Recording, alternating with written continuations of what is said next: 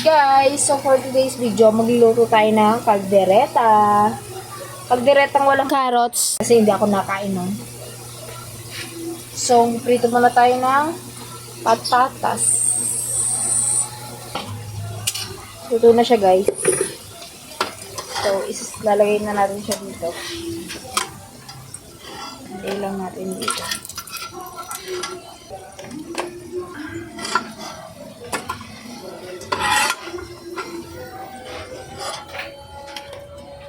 Ito na siya.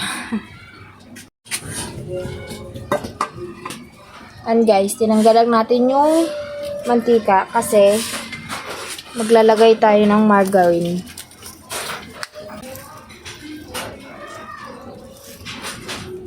Oh ha. Malaglag ka na.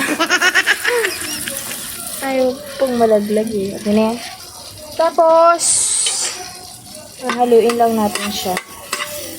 Saka tayo magigisa ng bawang sibuyas. Hindi na ako naglagay ng kamatis kasi ayoko rin ng lasa na may kamatis.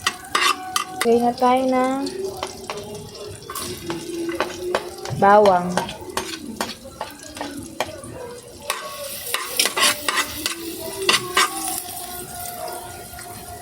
Uy! Nagbawala ka na. Wala ng video okay sa amin, guys. Sibuyas. Gigisa lang natin. Pag nagisa na yan, susunod na natin yung manok na minarinate natin. Lalagay na natin to. Minarinate ko siya sa toyo at saka kalamansi lang. Tapos nilagyan ko ng konting asukal. Haluin lang natin. Tayo lang natin siya maluto, guys, bago natin ilagay yung pinagbabaran niya ng marinated. At pag kumulo na siya ng ganyan, pwede na natin siyang haluin kasi luto na yung manok. Grabe, ang bango. Iba talaga pag may margarine. Pinag-marinate. Saka natin ilalagay yung sili para masarap. Sili at yung patatas.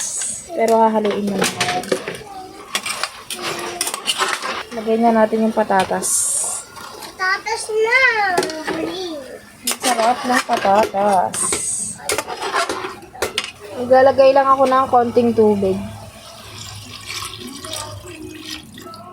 Pamintang powder. 2 kutsarang tomato sauce. Then, maglalagay tayo ng oyster. Tapos, hahaluin lang natin, guys. Ayan, lakasan lang natin ng konti yung apoy. Ayan, guys, kumukulo na siya. So, maglalagay tayo ng liver spread. Ayan. So, marami para masarap. Tayin lang natin ito matuyo bago tayo maglagay ng iba pang pampalasa. Tapos maglalagay lang tayo ng asukal. Nakalimutan ko pala maglagay ng bell pepper. Hayaan nyo na. Diba? Malapot na siya, guys. Bango, bango, bango.